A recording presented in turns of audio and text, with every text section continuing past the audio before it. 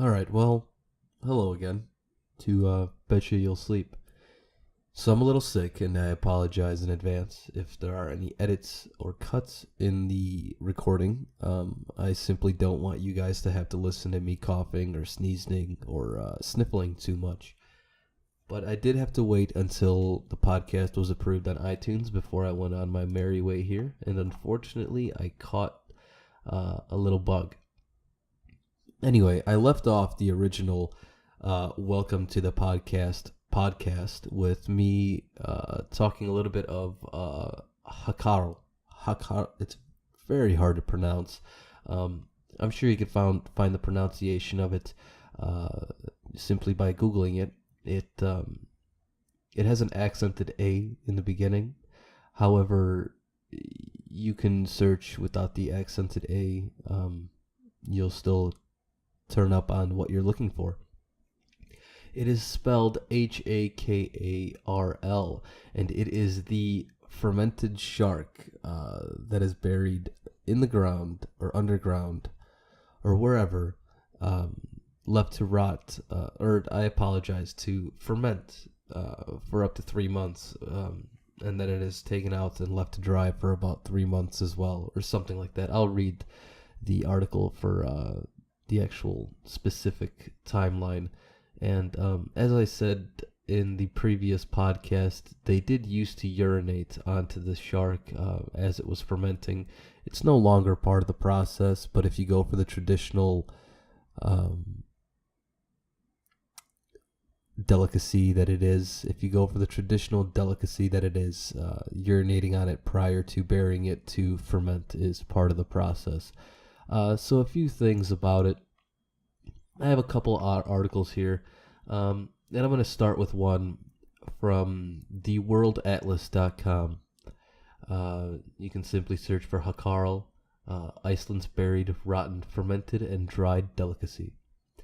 I have a few pictures here, and the pictures show the shark hanging, left to dry, but that's not really important. It doesn't look that bad, to be quite honest. It just looks like just meat left to dry, but it is also something that has been tried by chefs that you most likely are aware of, chefs that you most likely are very familiar with, including Chef Gordon Ramsay, where he challenged James May to sample the 3 delicacies, and one of them was the Hákarl.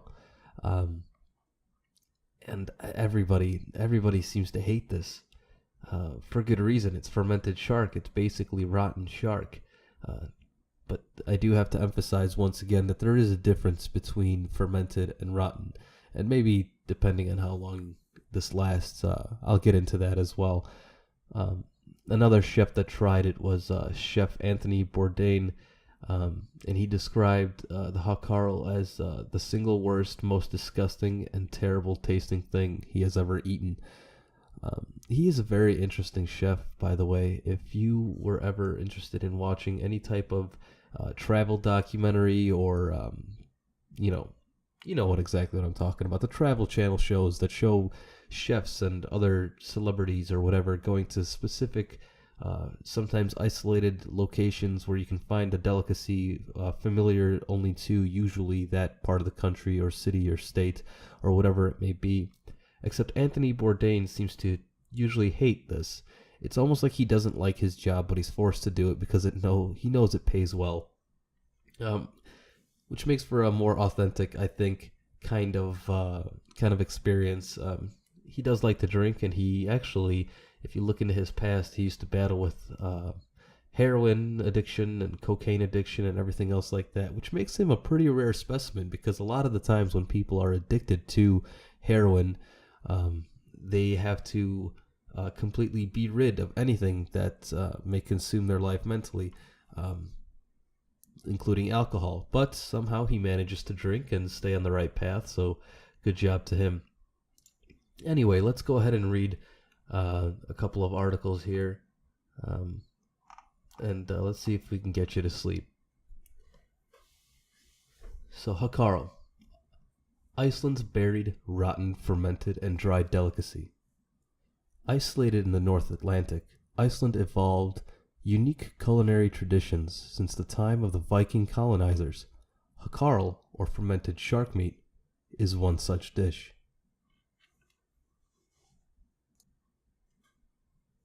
One man's trash is another man's treasure. This is perhaps never more than the case with the one unforgettable dish in traditional Icelandic cuisine, the decomposed shark carcass known as Hákarl.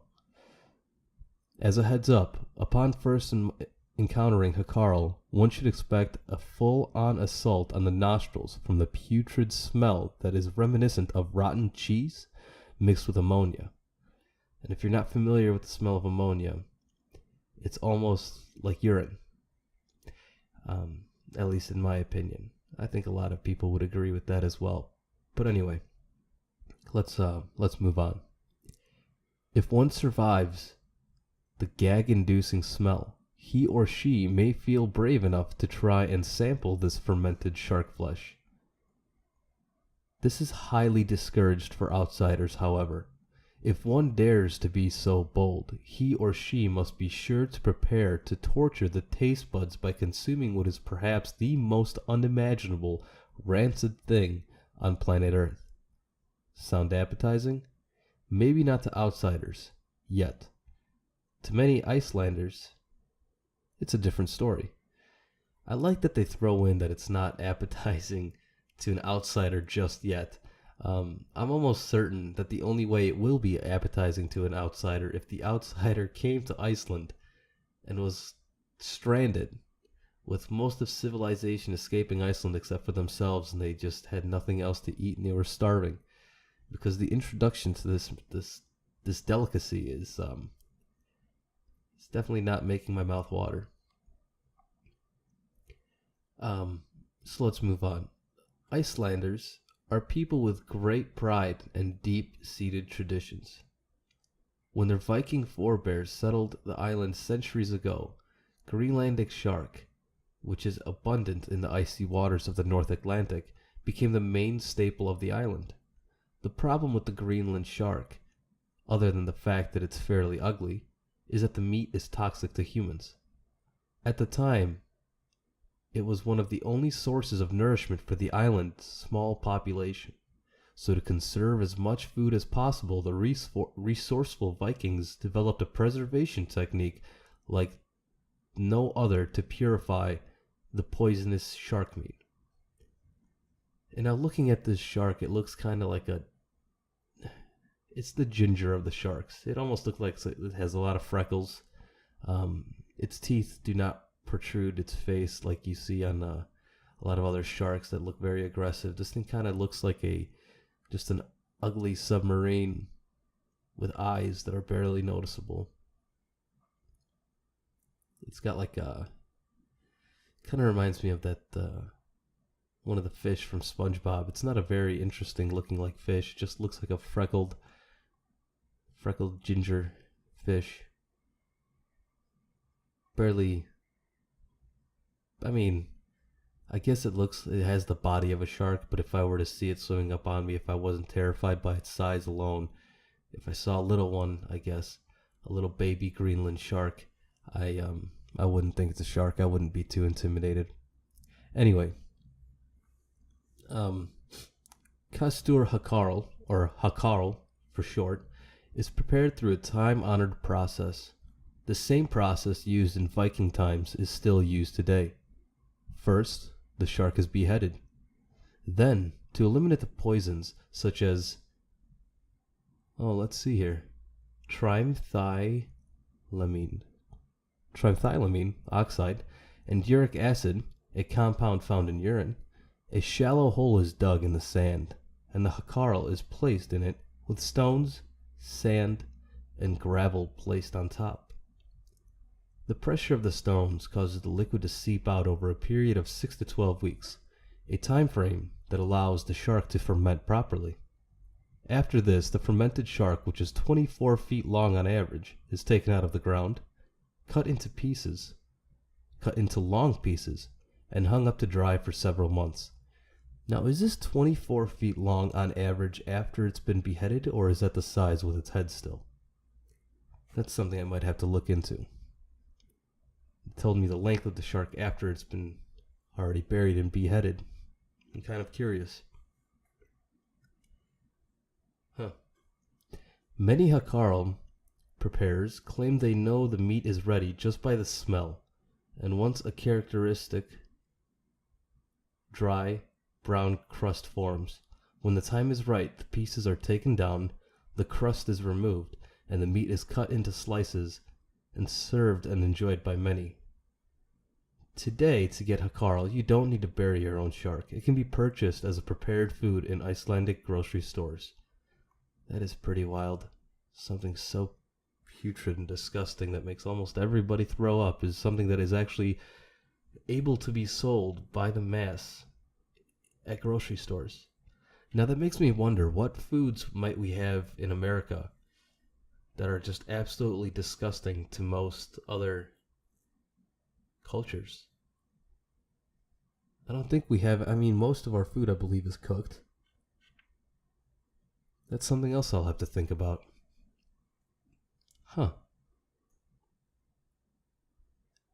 Iceland, a remote island in the North Atlantic, is a country filled with majestic natural beauty, vast resources, and a profoundly rich culture that is preserved by its small but proud population of 323,000. Because of its remote nature and small population, Iceland has become something of a novelty in the minds of outsiders, and this concept is no different in the preparation of the Icelandic cuisine, which along with Hákarl features a variety of unheard delicacies, such as brennivin, svio, slatur, and hengikjat. Oh. Will this go into detail regarding what is what? Yes, it does. Look at that, wonderful. I was about to start copying and pasting and Googling. As you can tell, as I said, this is going to be a process in which I hopefully help you fall asleep, and a process that will help me learn something new, because this is not an article that I have already read, clearly. So, brennivin, it is an alcoholic beverage. Brennivin is translated as burning wine.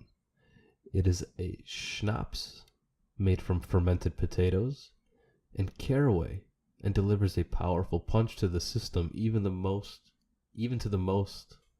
I believe there's a little bit of a strange way to read this. Powerful punch to the system of even the most seasoned drinkers. Never mind. That was all on me. Silly. Now, svio, I believe it is pronounced, or that's how it looks. S-V-I-O, with a nice little tail at the top, or a little hat for the O, or whatever it's called. Anyway, that is a sheep's head. In Iceland, the whole head of the sheep is eaten, but not the brain. What? Okay, let's go ahead and just open a tab for that as soon as I'm done with this. I'm curious about that one now. Many stores in Iceland sell different versions of svio as a pre-cooked meal. Sheep head jam is also available in many parts of the country. What is sheep head jam? Search Google in a new tab. Jesus. I'm going down the rabbit hole here. It is made by cooking chopped up bits of sheep's head, pressing it together, and allowing it to cool. Iceland. What are you doing? Okay. Alright, let's keep going. Okay. Slatur is sheep intestines, blood, and fat. Slatur in Icelandic means slaughter, appropriately. Yes, I would agree, that was actually pretty easy to guess. It is made from sheep intestines, blood, and fat that is often served with the sheep's head. Svio. As an added treat, comparable to Scottish haggis, this unique meal is often served with sweet rice pudding. Now I don't know what Scottish haggis is. I'm really very unaware of the different foods that people eat. Okay. Let's keep going. Hanging. Oh, that's the strange one that was to pronounce. Let's see if I can Google that really quick. And see what the pronunciation of that is. Well, that's not helping me, but it basically translates to hung meat. So, the hung meat, hangijat, is often prepared by burning birchwood or dried sheep dung. Oh, Jesus. I stopped myself from reading because I thought I was making a mistake, but that's what it says. It is often prepared by burning birchwood or dried sheep dung in order to smoke lamb meat. Am I right that sheep dung is going to be... That's poo, right? That's poop. Right? Yeah, that's poop. Sheep dung is poop. They smoke their sheep under poop. Once smoked, the lamb is then usually boiled, cut into slices, and served hot or cold alongside peas or potatoes. It is an especially popular Christmas dish. Jesus. Oh, God.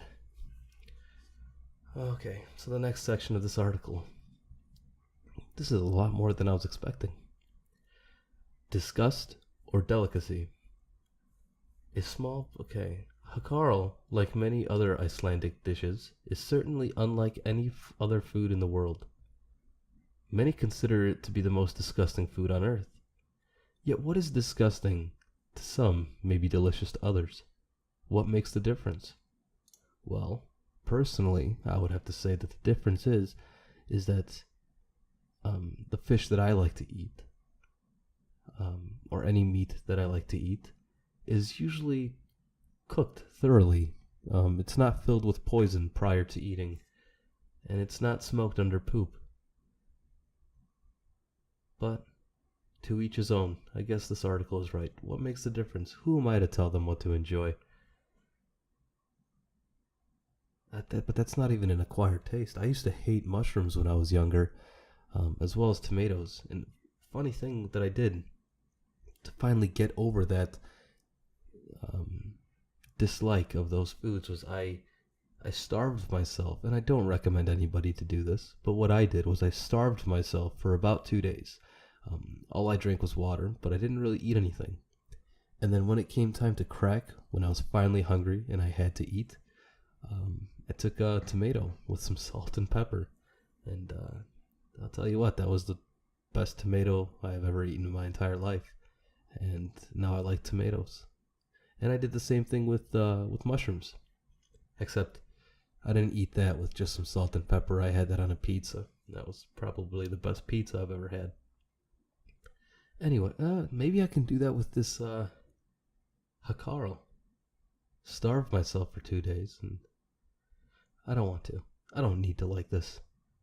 It's not served with most foods like tomatoes and mushrooms are in America. Anyway, certainly each culture has its norms when it comes to cuisine. What is typical for one people group may be putrid for another. This is certainly something to consider next time one consumes bits of slaughtered poultry with long, narrow slices of animal fat, saturated potatoes to accompany it, or round, processed wheat that is drenched in smashed tomatoes, covered in fermented cow's milk, and dotted slices of pig flesh with fried chicken, with French fries and pizza. Staples in the modern Western society. I don't know. I know they're trying to make our food sound disgusting here, but there was no mention of poop or anything similar to... Well, whatever. I won't argue. To each his own. Now, out of curiosity, I wanted to know, where can I buy Hákarl? And there appears to be a website, actually. It is NAMMI.is.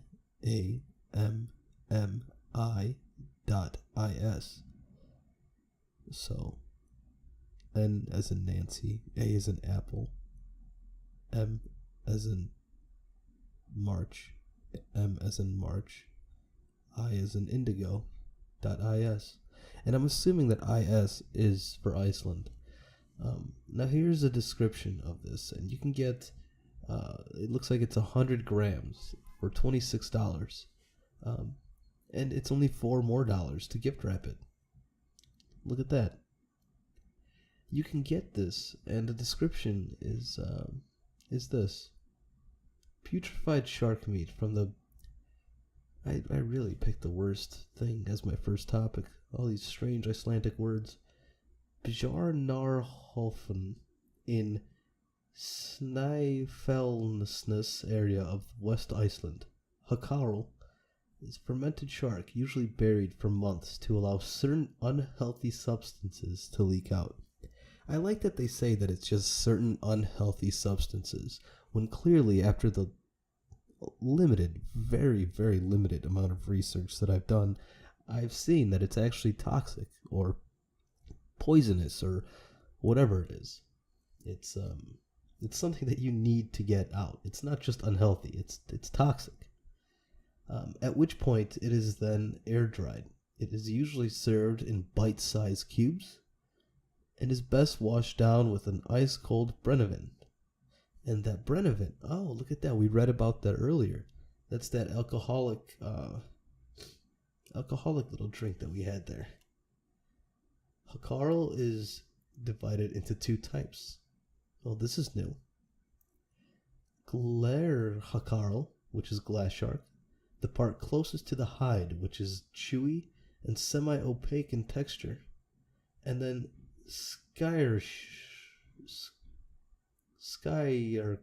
Hákarl. Oh boy. The soft and tender inner parts. Both types have a pretty strong taste. Served cold, or even frozen. Best before day is 1 year on this product. We keep it frozen in our facilities. OG, the best before original, I'm assuming that is. The best before date is then max 6 months after shipping day. So this will be good for 6 months after you buy it.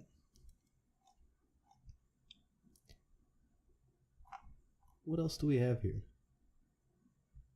It looks like we have some chips on this site as well. Sprour Beta Fiskur. Let's click on that for $18. They seem to have Icelandic dried fish bits, haddock, a healthy source of vitamins and protein, including omega-3. 100 grams in each bag.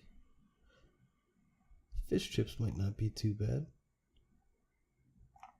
I should probably get off this website though, just in case I decide to order something that I'm going to ultimately regret. And you know what? I think I'm going to end that there for today. Just because I'm a little sick. And I think in the future, what I'm going to do is I'm going to read whatever it is that I want to talk about prior to, and maybe get a little bit more of a script going. Just so it has a little bit more flow, a little bit more detailed, a little more boring. But until then, thank you for listening. Hopefully you're sleeping already. So sweet dreams.